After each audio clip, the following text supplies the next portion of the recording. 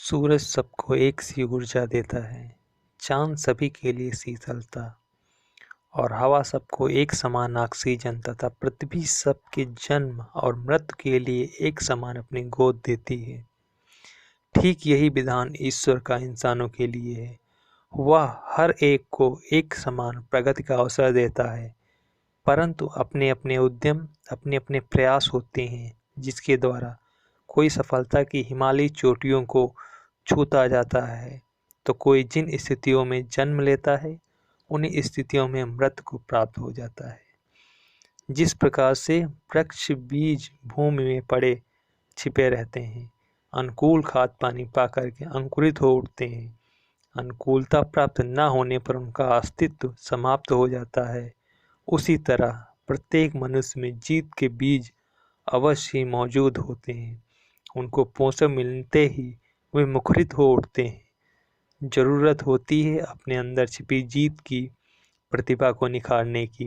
जीत को पाने के लिए दृढ़ इच्छा शक्ति की, अटूट लगन की, कार्य के प्रति पूर्ण निष्ठा और मंजिल तक पहुंचने के बाद ही विश्राम का लक्ष्य होने की। धनुर्धर अर्जुन को मछली की सिर्फ आंख ही नजर आ रही थी, जबकि अन्य पांडु पुत्रों को मछली का सिर धूमधड़ के साथ आंख भी दिख रही थी। इस तरह सिर्फ लक्ष्य पर ही दृष्टि जमाने वाला धनुर्धर कहलाता है। नेपोलियन बोनापार्ट महान योद्धा, महान विजेता इसलिए कहलाया क्योंकि उसमें भरी सर्दी में घोड़े की पीठ पर बैठकर एल्प्स पर्वत पार कर विजेता की दृढ़ इच्छा शक्ति थी। उसने जो सोचा उसे पूरा करने में पूरी लगन से जुट गया, इसलिए उसने ब्रिटेन जैसे राष्ट्र को जीतने में भी कामयाबी पाली। शेरपा तेंजिंग और एडमंड हिलेरी एवरेस्ट विजेता इसलिए बने क्योंकि उनका एकमात्र ध्येय एवरेस्ट विजेता बनना था।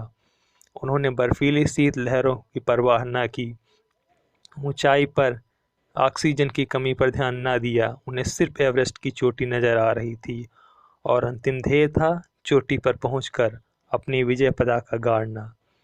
जीत उसी की होती है जिनकी निगाह अपनी मंजिल पर होती है। जीत के रास्ते में अनेक कठिनाइयां आना स्वाभाविक है। कुछ लोग जीत की मंजिल के लिए साथ चलते हैं, कुछ कदम चलकर थक जाते हैं और कुछ आधी मंजिल तक हिम्मत हार जाते हैं। कुछ 3/4 मंजिल तय करके इस निराशा में भर उठते हैं कि उनके आगे एक निकला जा रहा है। उनकी रफ्तार सुस्त होती जाती है और ज़्यादातर पिछड़कर एकदम रुक जाते हैं।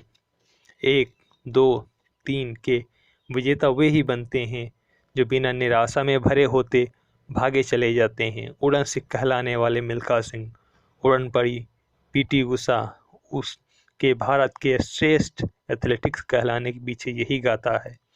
सानिया मिर्जा वंडर गर्ल इसलिए बन पाई क्योंकि उसे बैडमिंटन की अंतिम ऊंचाइयों को छूने की ही बस लगन थी।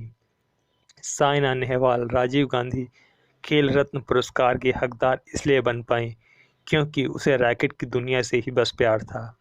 अपनी मंजिल तय कीजिए और उसे एक मंत्र लक्ष्य बनाकर